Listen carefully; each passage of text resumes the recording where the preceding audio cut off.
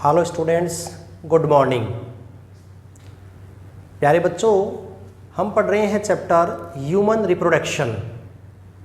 Human reproduction का second point गैमीटोजेनेसिस, जिसमें हम जो पेरेंट्स बॉडी के अंदर प्राइमरी सेक्स ऑर्गन होते हैं टेस्टिस एंड ओवरी, उनके फंक्शंस को डिस्कस करते हैं।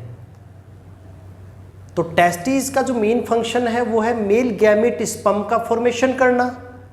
ओवरी का जो मेन फंक्शन है वो फीमेल गैमेट ओवम का फॉर्मेशन करना। तो ये ओवरऑल प्रोसेस है बच्चों गैमीटोजेनेसिस, जिसका फर्स्ट पॉइंट स्पर्मेटोजेनेसिस। स्पर्मेटोजेनेसिस का मतलब होता है मेल गैमेट स्पर्म के फॉर्मेशन का प्रोसेस, जो कि टेस्टिस में होता है कंप्लीट। टेस्टिस के अंदर सेमिनिफरस ट्यूब्यूल्स होती हैं। सेमिनिफरस ट्यूब्यूल्स के अंदर जर्मिनल एपिथेलियम होते हैं। जब मेल सेक्सुअली जो मैच्योरिटी को गेन कर लेता है, उसके बाद टेस्टिस में जो है स्पर्मेटोजेनेसिस स्टार्ट होता है। और ये प्रोसेस स्टार्ट होता है after the onset of puberty age, जो कि मेल के लिए होती है 14 to 16 ईयर एज ग्रुप।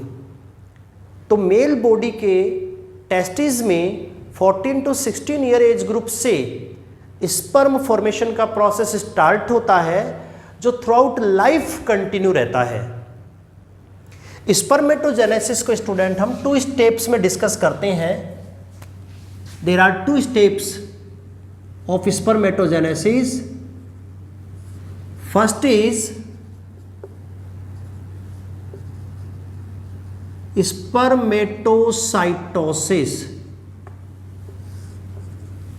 जिसमें हम टेस्टिस की जर्मिनल एपिथेलियम के मियोसिस डिवीजन के रिजल्टेंट स्पर्मेटिड का फॉर्मेशन पढ़ते हैं। और ये स्टेप हमने लास्ट क्लास में कंप्लीटली डिस्कस कर ली थी। आज की क्लास में स्टूडेंट हम सेकंड स्टेप को डिस्कस करेंगे, और वो स्टेप है स्पर्मियोजेनेसिस। स्पर्मियोजेनेसिस स्पर्मियोजेनेसिस में क्या होगा, जो स्पर्मेटिड सेल होती है, हैप्लॉइड सेल, ये मोटाइल स्पर्म में कन्वर्ट हो जाती है। स्पर्मेटिड कैसा है स्टूडेंट? स्पर्मेटिड होता है स्फेरिकल होता है एंड नॉन मोटाइल होता है। Spherical and non motile spermatid का फाइब्रस एंड मोटाइल स्पर्म में फॉर्मेशन का जो प्रोसेस है, वो प्रोसेस है spermiogenesis.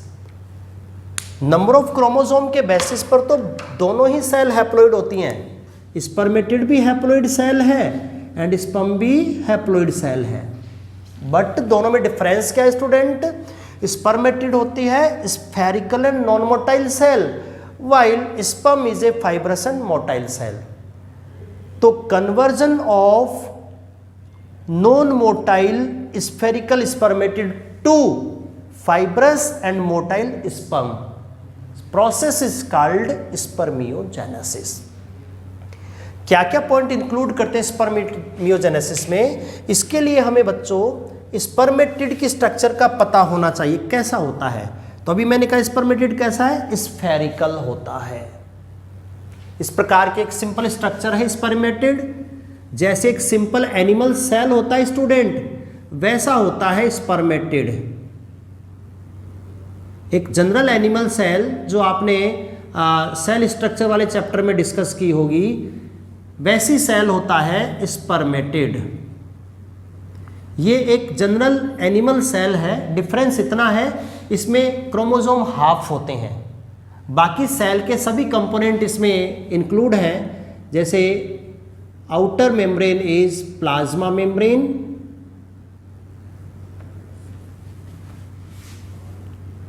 This is nucleus, plasma membrane and nucleus के बीच साइटोप्लाज्म, और इस साइटोप्लाज्म के अंदर वेरियस सेल ऑर्गेनल प्रेजेंट होते हैं। माइटोकॉन्ड्रिया होता है, गोल्जी बॉडी होते हैं, ईआर होता है, ये सब सेल ऑर्गेनल्स। और न्यूक्लियस के अपर साइड की तरफ यहाँ पर होता है स्टूडेंट सेंट्रोसोम।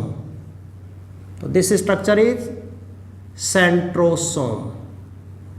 एनिमल सेल का फीचर है सेंट्रोसोम, जो 2 डॉटर सेंट्रियोल से मिलकर बना होता है। तो स्पर्मेटिड क्या है स्टूडेंट? एक जनरल एनिमल सेल है।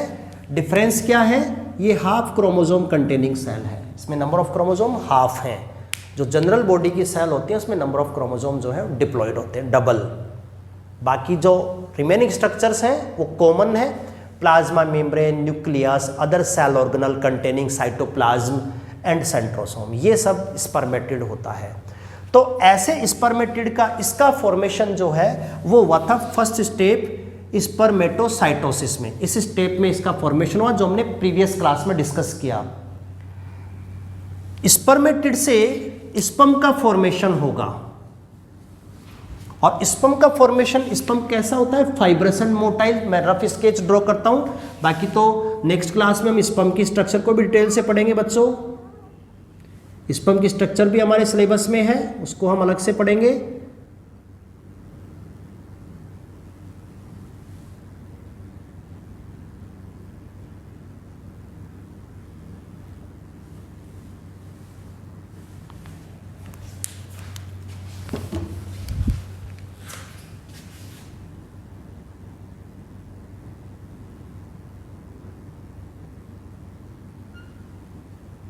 This one is nucleus.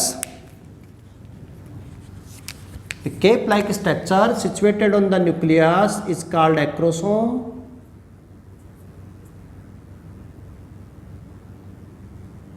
Acrosome. And posterior part of nucleus contain 2 centriole, proximal and distal centriole. From distal centriole, a bundle of flagella arises, which is called axonema. So this structure is axonema, which convert into tail of sperm behind the middle part of sperm. तो रफली ऐसा होता है student sperm. ये rough sketch मैंने draw किया है sperm का, रफ स्केच। बाकी डिटेल जो स्ट्रक्चर है स्पर्म की वो हम अलग से डिस्कस करेंगे।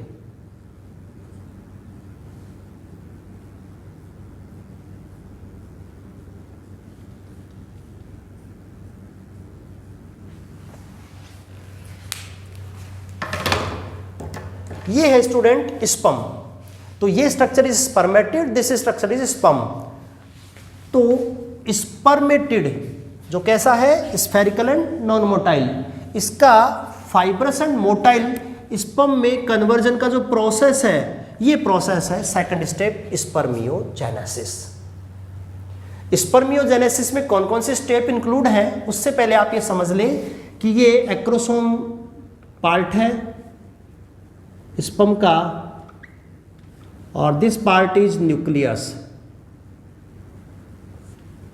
This is neck, this is middle piece, and this one is tell.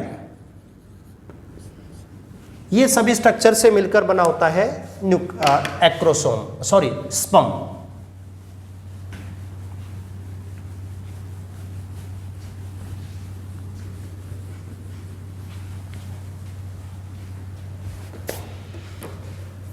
तो हमारा टॉपिक है student spermiogenesis.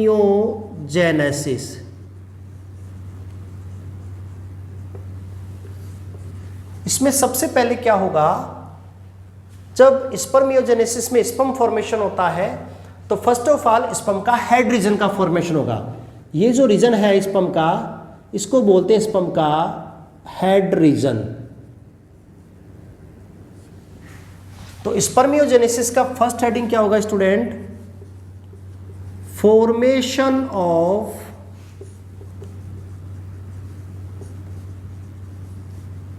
Head region of sperm. Sperm के हेड रीजन का फॉर्मेशन।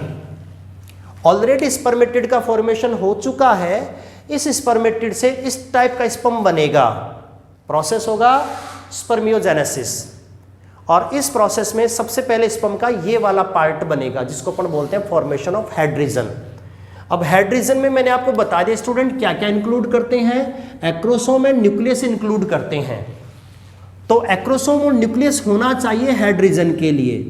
तो न्यूक्लियस तो ऑलरेडी स्पर्मेटिड में प्रेजेंट रहता है।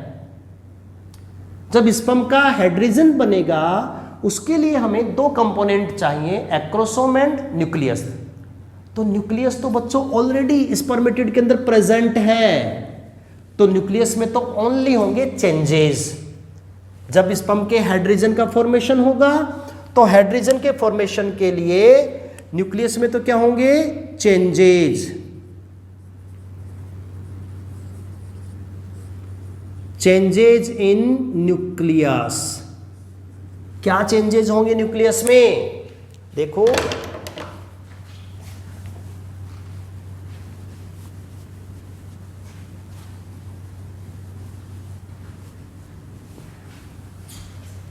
न्यूक्लियस में क्या चेंजेस होंगे। ऐसा होता है स्पर्मेटिड और इसके सेंटर में ये न्यूक्लियस है। इस न्यूक्लियस में क्या चेंज हुआ स्टूडेंट, न्यूक्लियस के अंदर पहली बात होता क्या है, न्यूक्लियस क्या है, कौन कौन से कंपोनेंट अपने अंदर एनक्लोज करता है न्यूक्लियस, ये आपको सेल स्ट्रक्चर में आपने पढ़ा होगा। न्यूक्लियस के चारों तरफ न्यूक्लियर मेम्ब्रेन होती है, न्यूक्लियस के अंदर डीएनए होता है, जीनोम जिसको अपन बोलते हैं वो डीएनए से बना होता है। तो डीएनए है, आरएनए है, protein, histone non histone protein होते हैं, वेरियस एंजाइम्स होते हैं, मिनरल्स होते हैं, वाटर होता है, सारी चीज़ों से फिल होता है न्यूक्लियस। तो स्पर्म को बनाने के लिए न्यूक्लियस में क्या चेंजेस होंगे, सबसे पहले न्यूक्लियस क्या करता है, जो अननेसेसरी मटेरियल है उसको बाहर निकाल देता है। बाहर कहाँ, इनसाइड द साइटोप्लाज्म। साइटोप्लाज्म के अंदर क्या होता है अननेसेसरी मटेरियल, देखो न्यूक्लियस के अंदर जो जीनोम है डीएनए वो तो है नेसेसरी मटेरियल, उसी जीनोम से क्रोमोसोम बने होते हैं और वो क्रोमोसोम जो है मेल पेरेंट के कैरेक्टरिस्टिक्स को नेक्स्ट जनरेशन में जो है कैरी करते हैं। इसलिए न्यूक्लियस में डीएनए तो होना कंपलसरी है। तो ये न्यूक्लियस डीएनए मटेरियल, जीनोम, इसको तो अपने अंदर पैक रखेगा और जो एक्स्ट्रा मटेरियल है like RNA, protein, unnecessary water, minerals, इन सबको ये बाहर निकाल देगा। और जब न्यूक्लियस इन सभी चीज़ों को अपने अंदर से बाहर रिलीज कर देगा तो न्यूक्लियस का जो साइज है वो कंपैरेटिवली जो है वो स्मॉलर हो जाएगा। तो फर्स्ट ऑफ ऑल न्यूक्लियस ने क्या किया, अपना थोड़ा सा साइज जो है वो डिक्रीज कर दिया। न्यूक्लियस में चेंज क्या हुआ, हेड रीजन बनाने के लिए अपने साइज को इसने थोड़ा सा डिक्रीज कर दिया। कैसे डिक्रीज किया, डीएनए तो अपने पास रखेगा, उसके अलावा जो भी एक्स्ट्रा मटेरियल था उसको इसने बाहर रिलीज कर दिया। इसके resultant nucleus become smaller and light weight. इसके बाद क्या होगा, ये न्यूक्लियस पेरिफेरी की तरफ मूवमेंट करके जो है इलोंगेटेड हो जाता है या कोनिकल शेप का हो जाता है।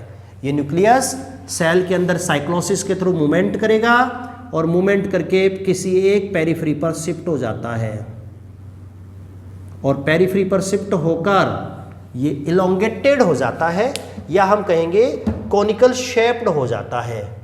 ये सारे चेंजेस होते हैं न्यूक्लियस में। तो स्पर्मेटिड से स्पर्म बनाने के लिए सबसे पहले स्पर्म का कौन सा रीजन बनेगा बच्चों, हेड रीजन बनेगा। हेड रीजन बनाने के लिए हमें 2 स्ट्रक्चर्स की रिक्वायरमेंट होगी, first is nucleus and second is acrosome. तो न्यूक्लियस ऑलरेडी स्पर्मेटिड के अंदर प्रेजेंट रहता है, वो ओनली अपने आप में चेंजेस करेगा। 2 चेंजेस करेगा, फर्स्ट अननेसेसरी मटेरियल को बाहर निकालकर लाइट वेट एंड स्मॉलर होगा, सेकंड मूव करके पेरिफेरी की तरफ शिफ्ट हो जाएगा, इलोंगेटेड हो जाएगा। ये तो हो गया चेंजेस इन न्यूक्लियस।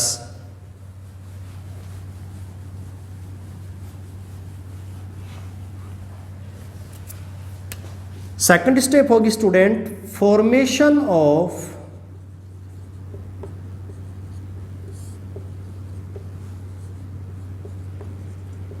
एक्रोसोम, ये सेकंड स्टेप होगी, फॉर्मेशन ऑफ एक्रोसोम। एक्रोसोम होता नहीं है स्पर्मेटिड में, इसलिए उसका फॉर्मेशन होगा।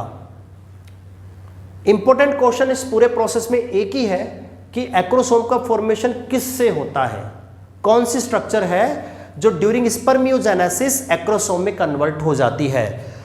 तो ये है student Golgi body. Golgi body of spermatid convert in acrosome. Spermatid जो कि हैप्लॉइड सेल है उसके अंदर ऑलरेडी गोल्जी बॉडी प्रेजेंट रहता है, वो गोल्जी बॉडी जो है एक्रोसोम में कन्वर्ट हो जाएगा। तो एक्रोसोम का फॉर्मेशन गोल्जी बॉडी से होता है। एग्जाम के पॉइंट ऑफ व्यू से तो आपको यही लाइन जो है स्टेटमेंट है वो ध्यान रखना है। बाकी मैंने प्रोसेस भी थोड़ा एक्सप्लेन कर रखा है डायग्राम की हेल्प से, जो आपको इंस्टीट्यूट की तरफ से हार्ड मटेरियल नोट्स गिवन है उसमें एक्रोसोम फॉर्मेशन का एक लाइन डायग्राम के थ्रू मैंने आपको प्रोसेस समझा रखा है। तो मैं यहाँ पर भी आपको समझा देता हूँ कि एक्रोसोम का फॉर्मेशन कैसे होगा।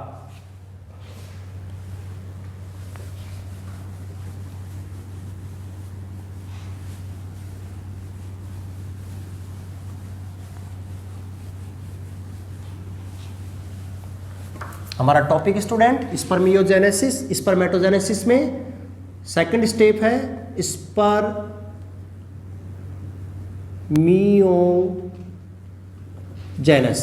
ये स्टेप हम डिस्कस कर रहे हैं और इसमें फॉर्मेशन ऑफ एक्रोसोम कैसे होता है। देखो मैंने बता दिया formation of acrosome Golgi body से होगा। प्रोसेस क्या है, सबसे पहले हमने एक ऐसा न्यूक्लियस ड्रॉ कर रखा है, डायग्राम जो आपके पास डायग्राम अवेलेबल है नोटबुक में, उसमें इस प्रकार का हमने एक डायग्राम ड्रॉ किया है। ये है न्यूक्लियस।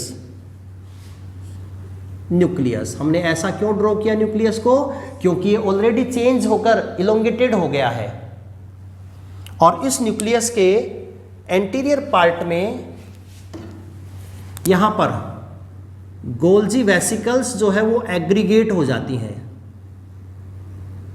गोल्जी बॉडी की वेसिकल्स, इनको हम नेम देते हैं Golgi vesicles.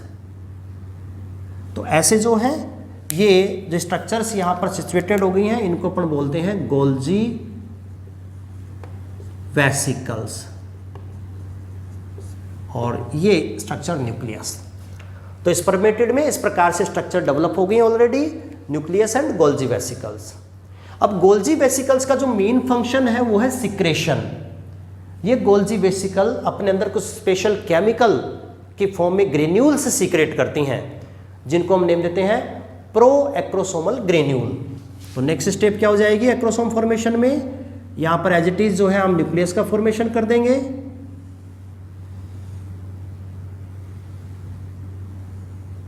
This one nucleus, और न्यूक्लियस के ऊपर की तरफ हम ड्रॉ करेंगे गोल्जी वेसिकल्स।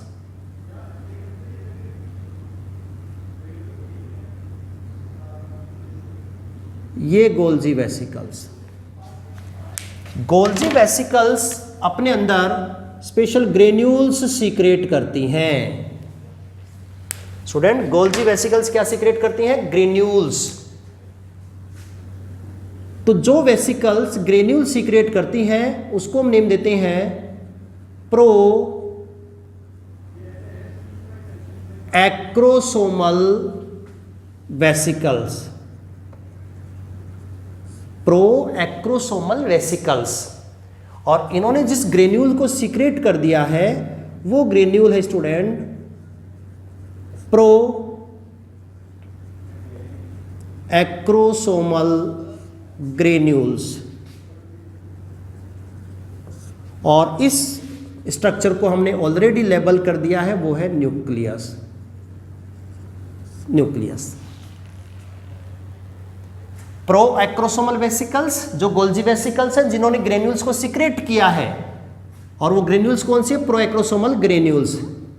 इन दोनों स्ट्रक्चर्स को हम कलेक्टिवली नेम देते हैं प्रो एक्रोब्लास्ट। प्रो एक्रोब्लास्ट।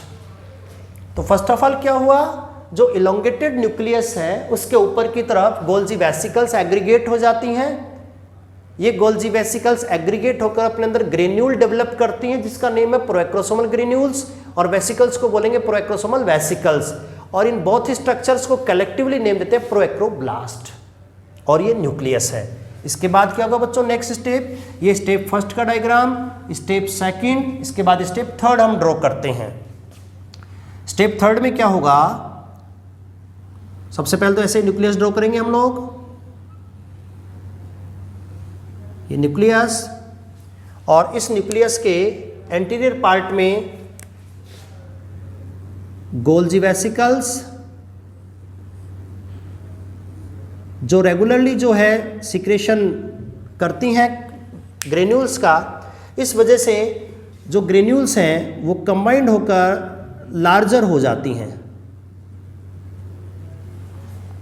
ये जो प्रोएक्रोसोमल ग्रेन्यूल्स हैं ये कंबाइंड होकर कुछ लार्जर साइज की हो जाती हैं। तो अब इन वेसिकल्स को हम नेम देते हैं स्टूडेंट एक्रोसोमल वेसिकल्स। इन वेसिकल्स का अब नेम हो जाएगा एक्रोसोमल वेसिकल, और ग्रेन्यूल को हम नेम देंगे एक्रोसोमल ग्रेन्यूल, और इन दोनों को हम कलेक्टिवली नेम देंगे एक्रोब्लास्ट।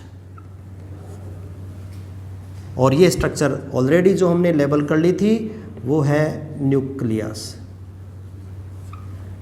ये स्टेप थर्ड डायग्राम। हम स्टूडेंट बात कर रहे हैं स्पर्मेटोजेनेसिस में spermiogenesis, formation of sperm, spermatid का फाइब्रस मोटाइल स्पर्म में कन्वर्ट होने का प्रोसेस स्पर्मियोजेनेसिस।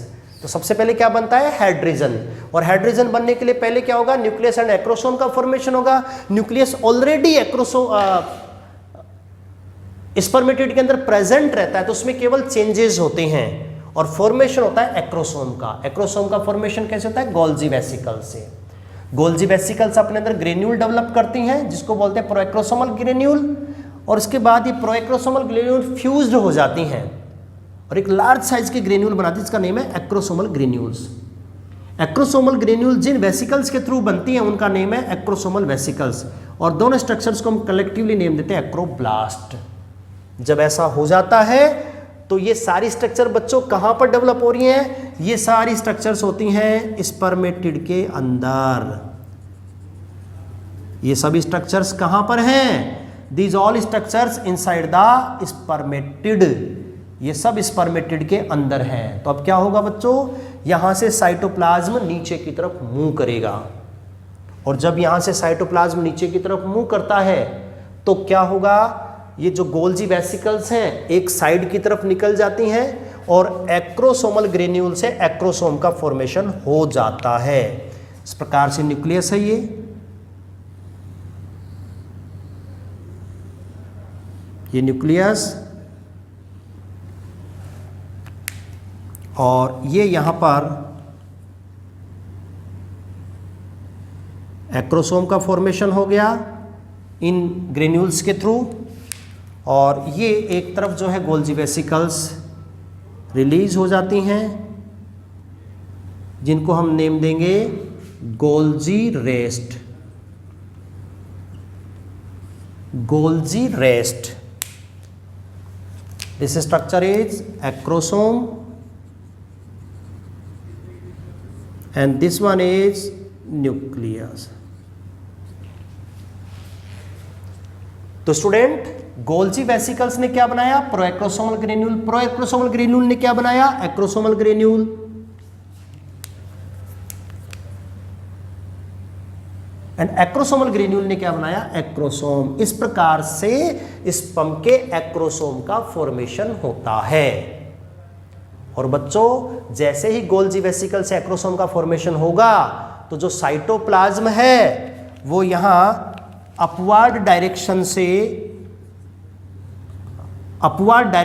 बैकवर्ड डायरेक्शन की तरफ मूव करता है। ये सारी स्ट्रक्चर्स जो हैं वो स्पर्मेटिड मेम्ब्रेन के अंदर कवर्ड हैं। तो यहाँ से जब साइटोप्लाज्म नीचे की तरफ मूव करेगा तो जो प्लाज्मा मेम्ब्रेन है वो एक्रोसोम एंड न्यूक्लियस से चिपक जाती है और फाइनली इस टाइप के एक स्ट्रक्चर डेवलप हो जाती है।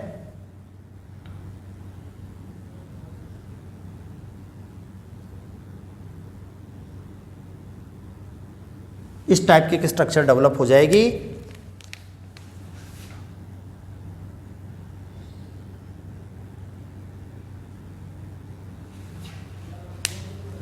और इसके पास से यहां पर सेल मेम्ब्रेन आ जाती है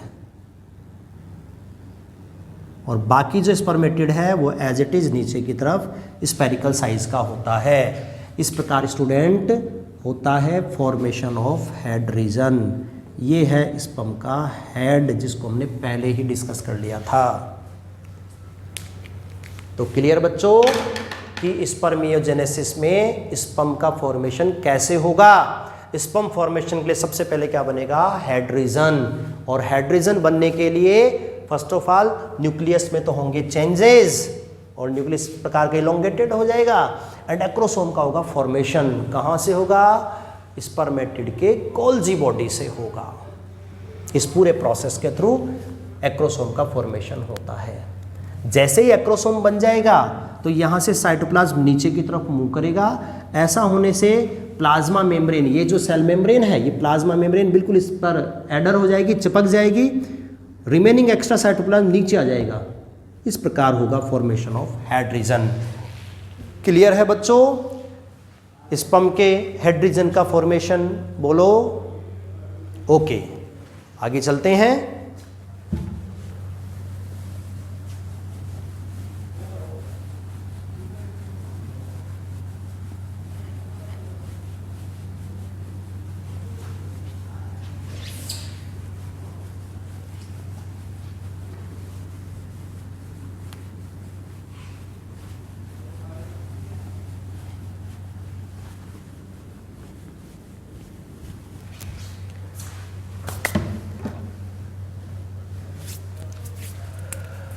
तो स्टूडेंट्स स्पर्मियोजेनेसिस में स्पर्म फॉर्मेशन प्रोसेस पढ़ते हैं और उसमें था first heading formation of head region.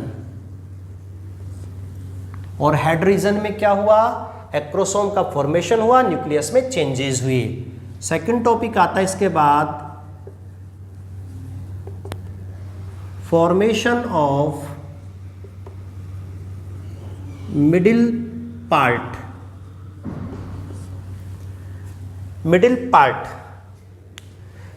Part भी कह सकते हैं, मिडिल पीस भी कह सकते हैं। तो मिडिल पीस कैसे बनेगा, अब तक का जो स्पर्म था वो कैसा था, अभी जो मैंने डायग्राम बनाया कि स्पर्मेटिड किस टाइप के स्ट्रक्चर में कन्वर्ट हो गया। तो स्टूडेंट इस प्रकार से हेड रीजन का फॉर्मेशन हो गया था।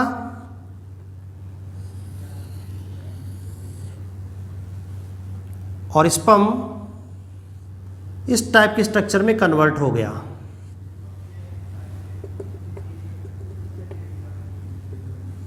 ये है हेड रीजन।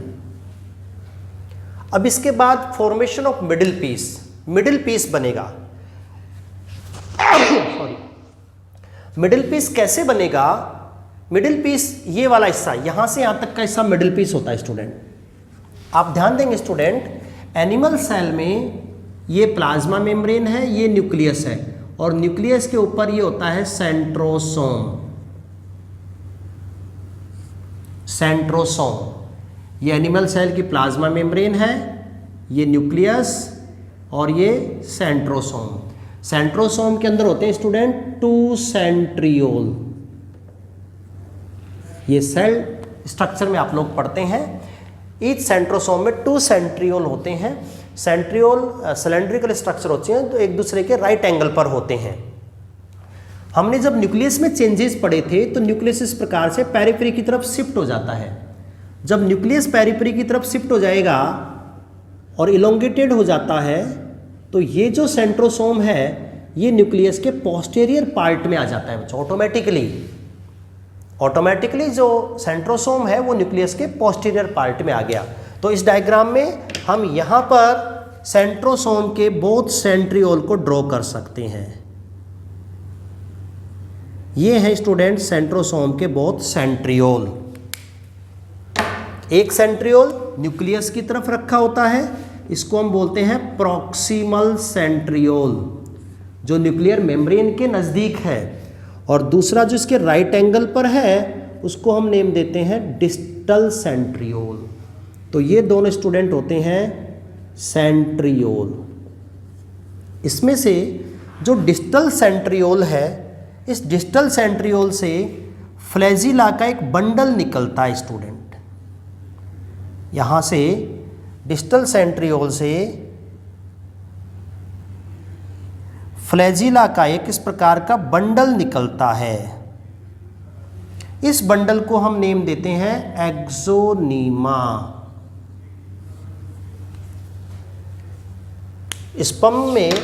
स्पर्म फॉर्मेशन के समय जो स्पर्मेटिड के न्यूक्लियस के ठीक पीछे सेंट्रोसोम होते हैं, उसके दोनों सेंट्रियोल एक दूसरे के राइट एंगल पर सिचुएटेड रहते हैं, proximal and another is distal.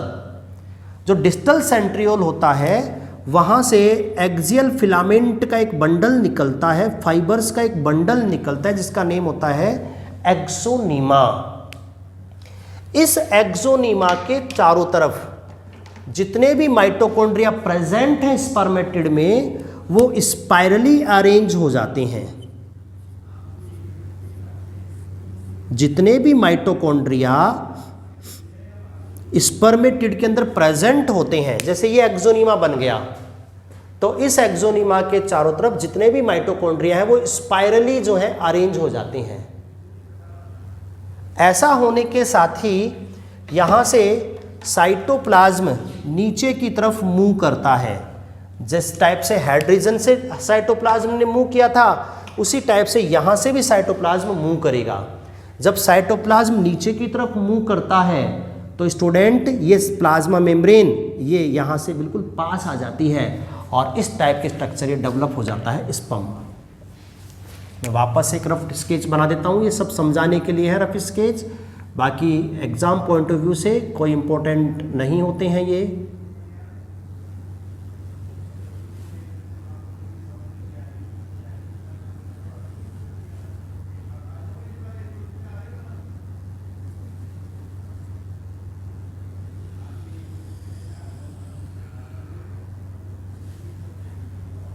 इस टाइप का यहाँ से जो नेक्स्ट स्टेप बनेगी स्पर्म की कुछ इस टाइप की बन जाएगी, जिसमें यहाँ पर हेड रीजन में न्यूक्लियस प्रेजेंट रहता है, ऑलरेडी हमने पढ़ लिया।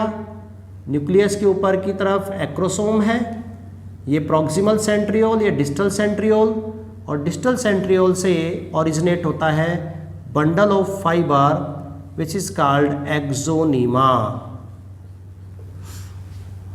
और एक्सोनीमा के चारों तरफ जो माइटोकॉन्ड्रियल स्पाइरल और रिंग बन जाता है, इसकी वजह से ये हो गया student formation of middle piece. तो हम बात कर रहे हैं टॉपिक स्पर्मियोजेनेसिस, जिसमें सबसे पहले तो ये था स्पर्म के हेड रीजन का फॉर्मेशन हुआ था, और उसके बाद सेकंड स्टेप में ये बन गया इसका मिडिल पार्ट, और हम कह सकते हैं मिडिल पीस। इसके बाद स्टूडेंट थर्ड टॉपिक आता है, थर्ड स्टेप है, वो है फॉर्मेशन ऑफ टैल।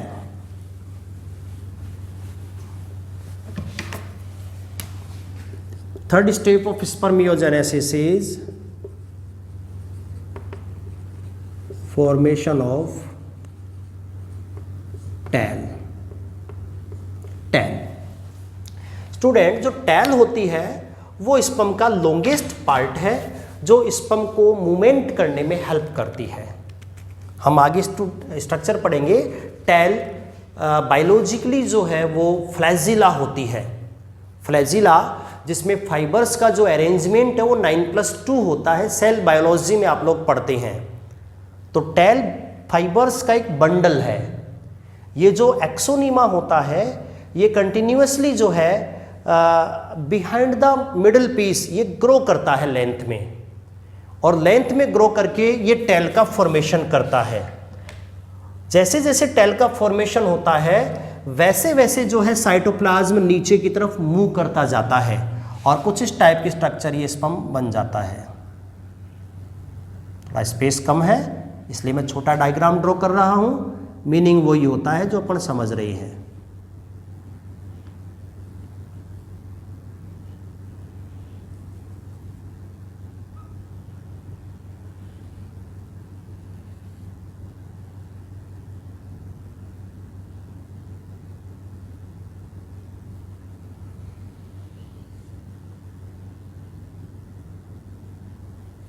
इस प्रकार से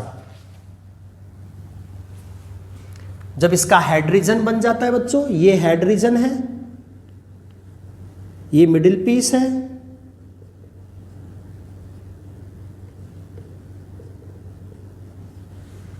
और मिडिल पीस में हमने देखा कि एक्सियल फिलामेंट का एक बंडल निकलता है इस प्रकार से, यहां से डिस्टल सेंट्रियोल से एक्सियल फिलामेंट का एक बंडल निकलता है जो मिडिल पीस के नीचे तक जो है वो ग्रो करता रहता है।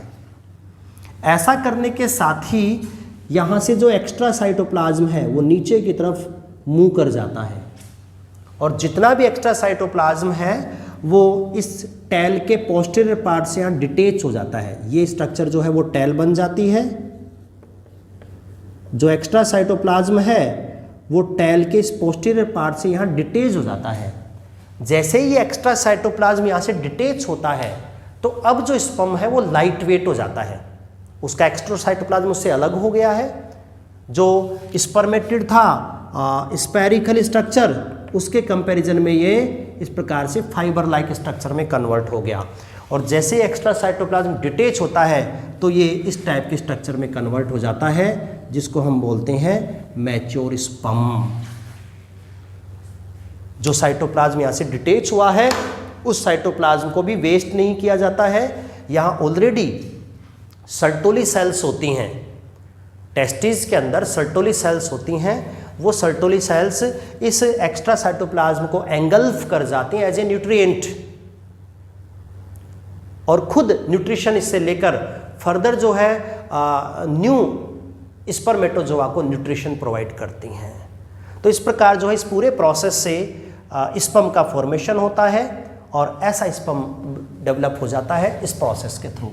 हम बात कर रहे हैं student spermatogenesis, process of formation of sperm is called spermatogenesis, जिसमें हमने 2 स्टेप इंक्लूड की थी। फर्स्ट स्टेप जिसमें फॉर्मेशन ऑफ स्पर्मेटिड, जिसका नाम है स्पर्मेटोसाइटोसिस। तो स्पर्मेटिड बनता है पहले, जो कि इस प्रकार से स्फेरिकल होता है एंड नॉन मोटाइल होता है, जिसके अंदर न्यूक्लियस एंड सभी सेल ऑर्गेनल्स जो हैं एनक्लोज्ड रहते हैं। ये था फर्स्ट स्टेप। सेकंड स्टेप में क्या होगा, ये स्पर्म में कन्वर्ट होगा। स्पर्म में कन्वर्ट होने का प्रोसेस स्पर्मियोजेनेसिस। स्पर्मियोजेनेसिस कैसे होगा? फर्स्ट ऑफ ऑल स्पर्म के हेड रीजन का फॉर्मेशन होगा, ये वाला हेड रीजन, ये सबसे पहले डेवलप होता है। हेड रीजन डेवलप करने के लिए क्या क्या रिक्वायरमेंट है? Nucleus and acrosome.